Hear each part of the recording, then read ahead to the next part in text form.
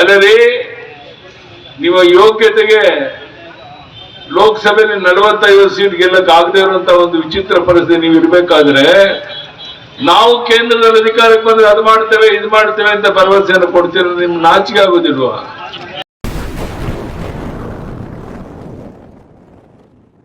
ನಮ್ಮ ವಿರುದ್ಧ ಇರುವಂತ ಕ್ಯಾಂಡಿಡೇಟ್ ಬಗ್ಗೆ ಕಾಂಗ್ರೆಸ್ನವರು ಹೇಳ್ತಾ ಇದ್ದಾರೆ, ನಮ್ಗೆ ಯಾಕಪ್ಪ ಇಂಥ ಕ್ಯಾಂಡಿಡೇಟ್ ಕೊಟ್ಬಿಟ್ರು, ನಮ್ ಕಾಂಗ್ರೆಸ್ ಅಲ್ಲಿ ಏನೋ ತರದಲ್ಲಿ ಅವರೇ ತಲೆ ಚೆಚ್ಕೊಳ್ಳೋ ಮಟ್ಟಕ್ಕೆ ಆಗ್ಬಿಟ್ಟಿದೆ. ಈಗ ಅವ್ರಿಗೆ ಎಲ್ಲೋದ್ರು ಕಾಂಗ್ರೆಸ್ನವರೇ ನಮ್ಗೆ ಅಭ್ಯರ್ಥಿ ಸರಿ ಆಗ್ಲಿಲ್ಲ, ನಾವು ವೋಟ್ ಹಾಕಲ್ಲ ಅನ್ನೋ ತರದಲ್ಲಿ ಕಾಂಗ್ರೆಸ್ನವರೇ ಗೋ ಬ್ಯಾಕ್ ಅನ್ನೋ ತರದಲ್ಲಿ ಚಳವಳಿಯನ್ನ ಮಾಡಿದಂಥದ್ದನ್ನ ನಾವೆಲ್ಲ ನೋಡಿದೀವಿ. ನಾವು ಅಂದ್ರೆ ಉತ್ತಮವಾದಂತ ಅಭ್ಯರ್ಥಿ ನಮ್ ಬಾಲರಾಜ್ ಅವರು, ಅಂದ್ರೆ ಗುಣವಂತ. ಅಲ್ಲಿರುವಂತ ಅಭ್ಯರ್ಥಿ ಹಣವಂತ. ನಿಮ್ಗೆ ಈಗಾಗ್ಲೇ ಮಂತ್ರಿ ಮಗ ಮಾದೇವಪ್ಪನವ್ರ ಮಗ ಮಂತ್ರಿ, ಮಾದೇವಪ್ಪನವ್ರ ಮಂತ್ರಿ ಆಗಿರೋದ್ರಿಂದ ಒಂದು ಮನೆಗೆ ಒಂದು ಅವಕಾಶ ಸಾಕಾಗಲ್ವ ಅವ್ರಿಗೆ? ಶಾಸಕರು ಆಗಿದ್ದಾರೆ, ಮಂತ್ರಿ ಆಗಿದ್ದಾರೆ, ಅವ್ರಿಗೆ ಸಾಕು ತಾನೆ.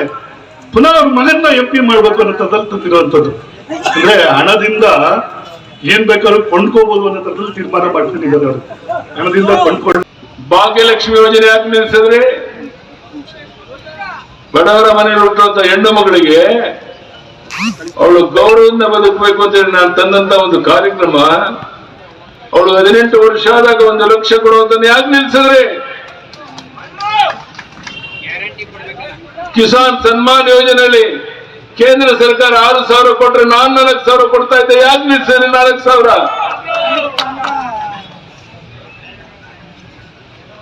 ಇದು ಗೊತ್ತಾ ಇದೆಯಾ ಕಾಂಗ್ರೆಸ್ ಮುಖಂಡರಲ್ಲಿ?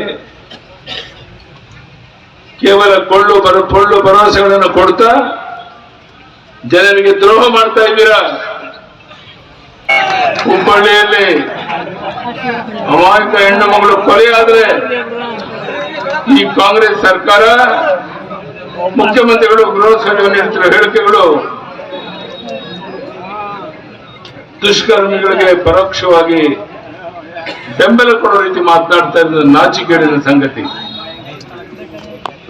ಒಂದೇ ಕೋಮಿನ ಮಿತಿ ಮೀರಿದ ಓಲೈಕೆಯಾಗಿರುವ ಕಾಂಗ್ರೆಸ್ ಪಕ್ಷದ ಕೈಯಲ್ಲಿ ದೇಶ ಸುರಕ್ಷಿತವಾಗಿರಕ್ಕೆ ಸಾಧ್ಯ ಇಲ್ಲ. ನಿಮ್ ಕೈ ಸಿಕ್ಕುವಂತ ಅಭ್ಯರ್ಥಿಗೆ ನೀವು ಎಷ್ಟೇ ಸರಿ ಫೋನ್ ಮಾಡಿದ್ರು ಫೋನ್ ತೆಗೆದಂತವ್ರು, ನೀವು ಎಷ್ಟೇ ಸರಿ ಮನೆಗೆ ಹೋದ್ರು ಮನೇಲಿ ಸಿಕ್ಕಲ್ಲ ಅನ್ನೋ ತರದಲ್ಲಿ ಇರುವಂತದ್ದು, ಬೆಳಿಗ್ಗೆಲ್ಲ ಮಲಗಿರುವಂತವ್ರು, ಈ ತರದ ಅಭ್ಯರ್ಥಿ ಬೇಕಾ ನಮ್ಗೆ? MP ಬೇಕಾ ನಮ್ಗೆ? ಚಾಮರಾಜನಗರ ಲೋಕಸಭಾ ಕ್ಷೇತ್ರದ ಅಭ್ಯರ್ಥಿ ಬಾಲರಾಜ್ ಅವರಿಗೆ ಕಾಂಗ್ರೆಸ್ ಅಭ್ಯರ್ಥಿ ಮತ್ತು ಬಿಜೆಪಿ ಅಭ್ಯರ್ಥಿ ನಡುವೆ ಯಾರು ಉತ್ತಮರು ಅನ್ನೋದನ್ನ ಯೋಚನೆ ಮಾಡಿ. ಬೆಳಗ್ಗೆ 6 ಗಂಟೆಗೆ ಎದ್ದು ಜನರ ಕೆಲಸ ಮಾಡೋನು ಉತ್ತಮನೋ, ಮಧ್ಯಾಹ್ನ 3 ಗಂಟೆವರೆಗೆ ಮಲಿಕೊಂಡಿರೋನು ಉತ್ತಮನೋ ಅಂತ ಯೋಚನೆ ಮಾಡಿ ನೀವು. ನಿಮ್ಮ ಸೇವೆ ಮಾಡ್ಲಿಕ್ಕೆ ಬೆಳಗ್ಗೆ 6 ಗಂಟೆಗೆ ಎದ್ದು ನಿಂತು ರೆಡಿ ಆಗಿರ್ತಾರೆ ಬಾಲರಾಜು. ಸನ್ಮಾನ್ಯ ಯಡಿಯೂರಪ್ಪ ಸಾಹೇಬರ ಶಿಷ್ಯ ಬಾಲರಾಜು, ರಾಜಶೇಖರ್ ಮೂರ್ತಿ ಅವರ ಶಿಷ್ಯ. ಯಾರನ್ನು ಕಳಿಸ್ಬೇಕು ಲೋಕಸಭೆಗೆ? ದಯಮಾಡಿ ಯೋಚನೆ ಮಾಡಿ. ಸೊ ಬಂಧುಗಳೇ, ಬಿಜೆಪಿಯ NDA ಅಭ್ಯರ್ಥಿ ಬಾಲರಾಜ್ ಅವರು ಸರಳ ವ್ಯಕ್ತಿತ್ವ ಇರೋರು, ಸಜ್ಜನರು, ಯಾವ ದುರಭ್ಯಾಸನೂ ಇಲ್ಲದೆ ಇರುವಂತ ಒಂದು ವ್ಯಕ್ತಿ. ಇವರನ್ನ ಕಳಿಸ್ಬೇಕು ಪಾರ್ಲಿಮೆಂಟ್ಗೆ. ಯೋಚನೆ ಮಾಡಿ. ನಮ್ಮ S ಬಾಲರಾಜ್ ಅನ್ನೋದನ್ನ ಮನವರಿಕೆ ಮಾಡಿ ಅವ್ರನ್ನ ದೊಡ್ಡ ಅಂತರದಲ್ಲಿ ಗೆಲ್ಲಿಸ್ಕೊಡ್ಬೇಕು ಅಂತ ಕೈ ಜೋಡಿಸಿ ಪ್ರಾರ್ಥನೆ ಮಾಡಕ್ಕೆ ಇಲ್ಲಿಗೆ ಬಂದಿದ್ದೇನೆ. ಬಂಧುಗಳೇ, ಕಾಂಗ್ರೆಸ್ ಪಕ್ಷ ಒಂದು ರೀತಿ ದಿವಾಳಿಯಾಗಿದೆ, ಖಜಾನೆ ಖಾಲಿಯಾಗಿದೆ, ಅಭಿವೃದ್ಧಿ ಕಾರ್ಯ ಸ್ಥಗಿತ ಆಗಿದೆ. ರಾಜ್ಯದ ಉದ್ದಗಲಕ್ಕೆ ಎಲ್ಲಿ ಹೋಗಿ ನೋಡಿದ್ರು ಸಹ 1 ಕಿಲೋಮೀಟರ್ ರಸ್ತೆ ನಡೀತಾ ಇರೋದನ್ನ ನೋಡಕ್ ಸಾಧ್ಯ ಇಲ್ಲ.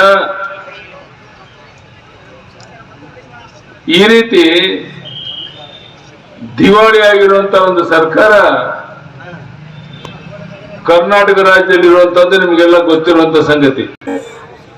ರಾಜ್ಯದಲ್ಲಿ ಕಾಂಗ್ರೆಸ್ ಸರ್ಕಾರ ಬಂದ್ಮೇಲೆ ಬರ ಬಂತು ಅಂತ, ಮಳೆನೇ ಆಗ್ಲಿಲ್ಲ ಅಂತೇಳಿ. ಗುಂಡ್ಲುಪೇಟೆಗೆ ಇವತ್ತು ಯಡಿಯೂರಪ್ಪನವ್ರು ಬರ್ತಾ ಇದ್ದಾರೆ ಅಂತಿದ್ದಂಗೆನೆ ನಿನ್ನೆ ಮಳೆ ಆಯ್ತಾ ಇದೆ. ನಿನ್ನೆ ಮಳೆ ಆಯ್ತು ಅಂತಂದ್ರೆ ನಿಜವಾಗ್ಲೂ ಯಡಿಯೂರಪ್ಪನವ್ರ ಕಾಲ್ಗುಣ ಎಂತದ್ದು ಅಂತ ನಾವೆಲ್ಲ ಅರ್ಥ ಮಾಡ್ಕೋಬೇಕಾಗಿರುವಂತದ್ದು. ಯಡಿಯೂರಪ್ಪನವರು ಮುಖ್ಯಮಂತ್ರಿಯಾಗಿ ಅಧಿಕಾರ ವಹಿಸ್ಕೊತಿದ್ದಂಗೆನೆ ಇಡೀ ರಾಜ್ಯದಲ್ಲಿ ಎಲ್ಲಾ ಕಡೆನೂ ಮಳೆ ಆದಂತದ್ದು, ನೆರೆ ಬಂದಂತದ್ದು. ಅಂದ್ರೆ ರೈತ ಎಲ್ಲ ಕೆರೆಕಟ್ಟೆಗಳು ತುಂಬಿ ಸಮೃದ್ಧಿಯನ್ನ ಕಂಡಂತ ಕಾಲ ಯಡಿಯೂರಪ್ಪನವ್ರ ಕಾಲದಲ್ಲಿ ಆದಂತದ್ದನ್ನ ನಾವೆಲ್ಲ ಕಂಡ್ವಿ. ಅದು ತದ್ವಿರುದ್ಧ ಇವತ್ತು ಕಾಂಗ್ರೆಸ್ ಸರ್ಕಾರ ಬಂದಂತ ಸಂದರ್ಭದಲ್ಲಿ ಇವತ್ತಿನ ಪರಿಸ್ಥಿತಿ ನಿರ್ಮಾಣ ಆಗಿದೆ.